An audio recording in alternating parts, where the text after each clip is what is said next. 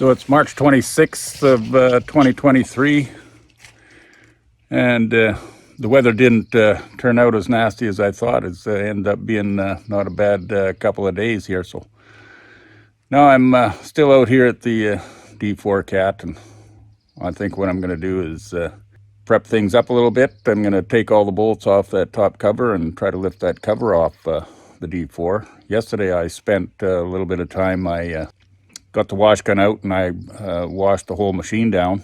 Not clean enough for paint, but it's clean enough to pull bolts out without getting dirt falling in everywhere. So we're gonna get after that. It's a wonder what a good wash job will do to these old machines. Bring them out of the brink of disaster there. They look a lot better. Washed off all the grease, or as much as possible, so the loose stuff, when I pick up this cover, it doesn't fall in. Oil and gears and stuff. But I did, I washed off the track frame and assembly there and cleaned things up, blew all the oil, grease and grime off the engine block. Got her to shine up fairly nice. A lot of areas there that hadn't been cleaned up for many, many years.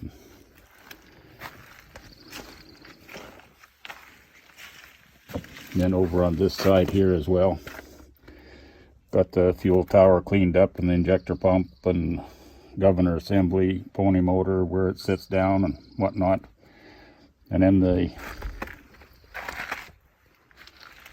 track frame along this side as well got cleaned up.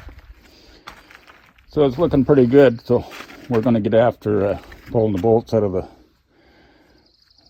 top of the transmission so we can lift that up. I thought I had my leaky coolant problem fixed when I replaced the head gasket in there. I've wiped the area with my finger where the head meets the block at the gasket, and it's not green or wet there, but there's clearly a drip coming down very, very slowly off the bottom of the block. So I will have to lift that little pony up there after all. The other side of the block is totally dry. I washed the whole cat off there yesterday with a wash gun, and this one side is the only place where it's accumulating antifreeze again, and a small drip off the block. So looks like I'm gonna have to lift her up after all.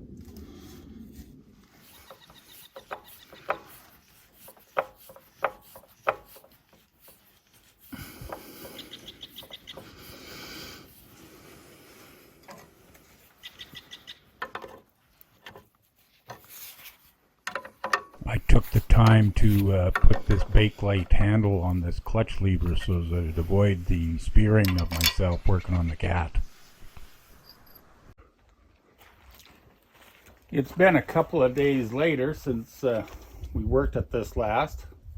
Got it all cleaned off, and then I think I think that's a proper pull for the steering clutches before it comes into doing the actuation. I'll pull on the other side.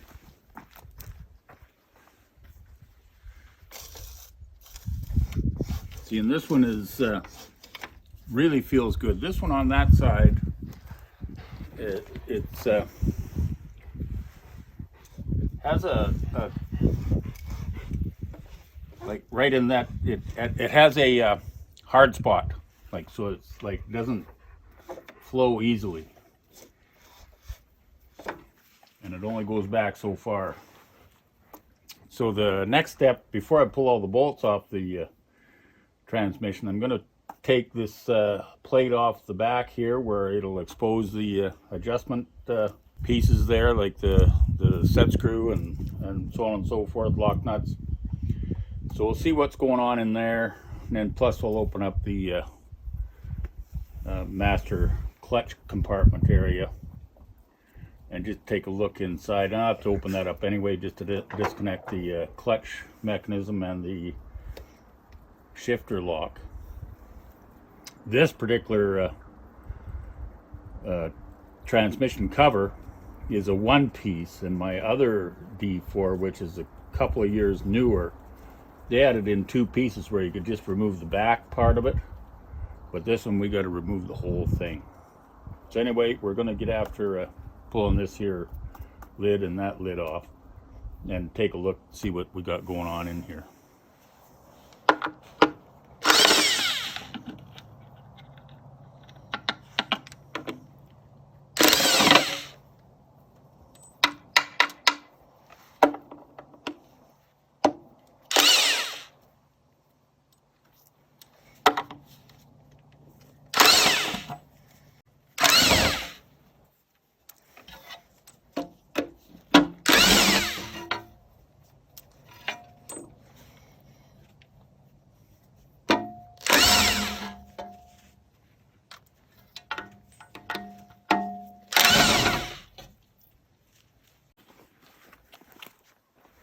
Okay, all the bolts are out of the lid here, so we'll just pull this off and see what we got in here for totally not rusted at all.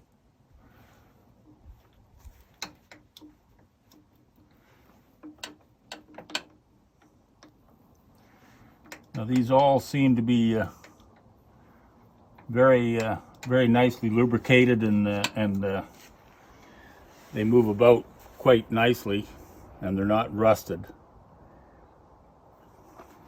And the adjusting bolts seem to be out equally.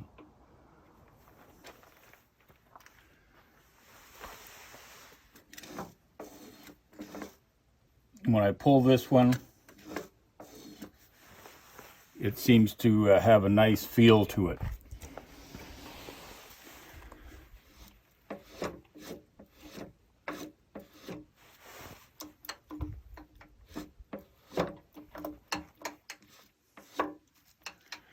And this one actually feels all right as well, but it does have a dry feel up where the lever is inside. It just has a hard spot there. But everything in here seems to jive. But this is the clutch that is slipping, so we're going to go ahead and prepare ourselves. We're going to take all the bolts out and lift this whole cover off. Well. I just got done talking about how this is a one-piece top cover of the transmission clutch department and clutch compartment, and here it is. It's in two pieces. Once you clean things up and take things apart a bit, clearly I can see that it was in two pieces. So here's the piece that's above the clutch housing, and laying there, I disconnected the clutch arm and left that linkage inside the clutch case. And in a couple of seconds here, we should flip over to another picture.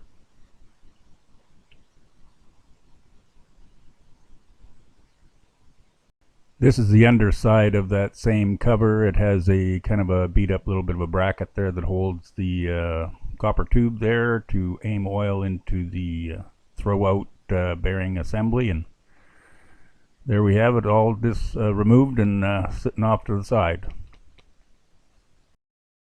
This is the view of the steering clutch actuator system. Note how not rusty it is. It's pretty well oiled. I'm kind of impressed of the state of the whole inside.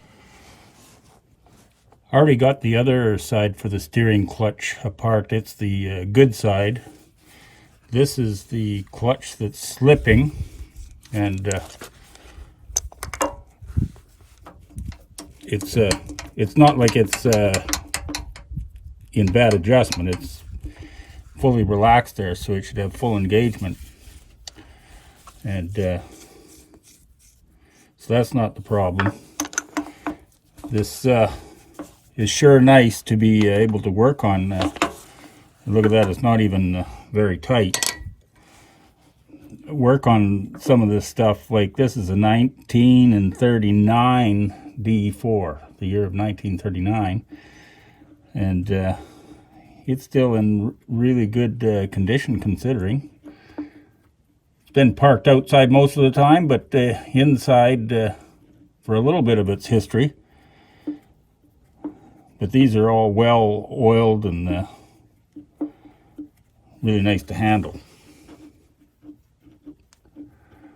There has been people in this case before, because the gasket here, that's not an original gasket, that's some sort of a mishmash of gasket plus gasket making material. I don't think it's modern silicone or anything, but some gasket goo of some sort. There are traces of rust on the some of the internals. Boy, that jam nut just comes right off of there nicely. And now we're going to be turning a little hard. It's not necessary to take it right out, but I think that's going to be just fine. It's right out of its pocket, just held up against the top of the cover. So we will go ahead and take that off. Point to note is I only had one broken bolt, which was this one, and it was rusty, but it was just already broke. I never broke it. And that came from deep down into this corner right here. And all the rest of them come out fine. They were dry, for sure. They were dry, but that was the only one that was broke. Over on the far side here, I already got this cover off, but there's points of rust here on this pinion engagement arm. It's starting to rust up, but it's a good thing we're taking it apart, I guess. Get her kind of cleaned up and freed up a little bit, lubricated.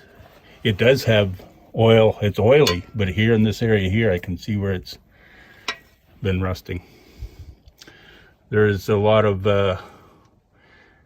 like seepage, oil, dirt, and debris in the clutch disc, but I'm not going to take that off unless I have to. I do have the clutch mechanism disconnected from the arm, and it's off on the front part of that cover. And over here with that spring is the activator to put the shift lock in place when you operate the clutch. So I'll have to take that apart, disconnect that, and of course there's that little copper line over there. We'll take that off. Other than that, we're getting there slowly. Okay, we're about ready to lift this lid up, I think. I got my activator in the front there disconnected for the shifter lock. So I'm going to pry this up here, hopefully, yeah. And it does have some sort of a manufactured gasket in there, so that's pretty recent. Somebody's had that opened up, that's for sure. I'll just put that underneath it to get it started.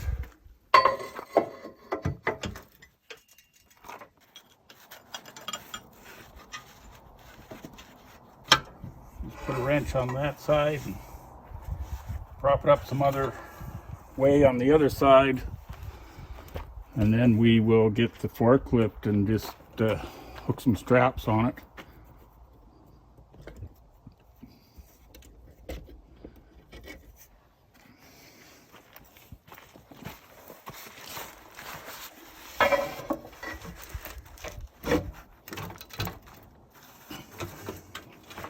Well, this side's going to go up quite a ways. I'll get a 2x4 underneath this side.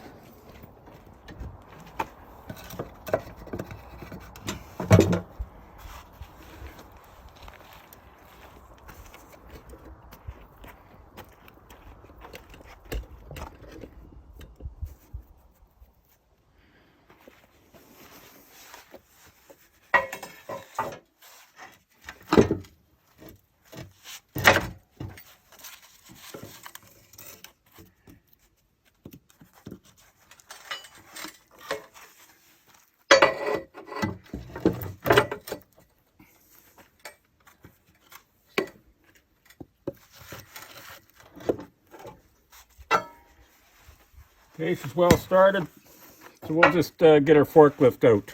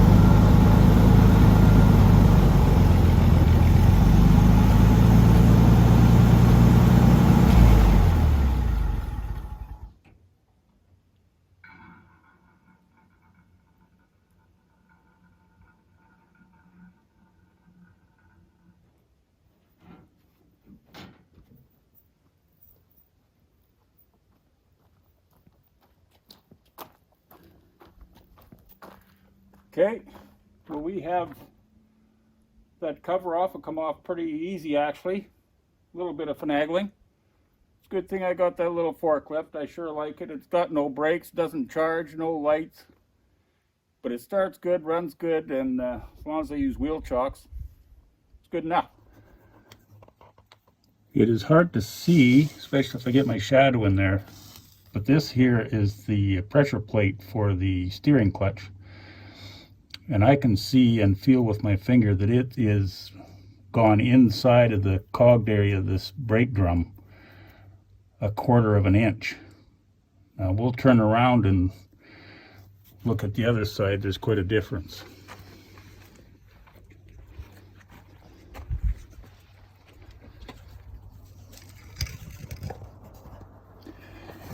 This one, the pressure plate is a 1/4 inch outside of the brake drum. So my left-hand steering clutch is worn quite a bit. So that's another confirmation on it's worn out. Time to replace. I like to see that when I open up an old machine. This is one of the nicer looking innards of a machine that I've opened up forever. Still got some nice paint on those shifter mechanisms, lots of oil on it. Yeah, they're just looking good. There's no rust anywhere, and it's just pretty impressive. So now to get these clutches out, I'm going to have to take apart these brake bands, open up these covers either side, and pull the pins out of the top part of the brakes and remove these top bands right out, and then undo all these bolts on both sides of the clutch drum and the brake drum. And I'll have to move the cat back and forth. Surprisingly, it only has to go back a foot or two, you know, back and forth to get all the bolts because of the reduction of the bowl gear to the pinions.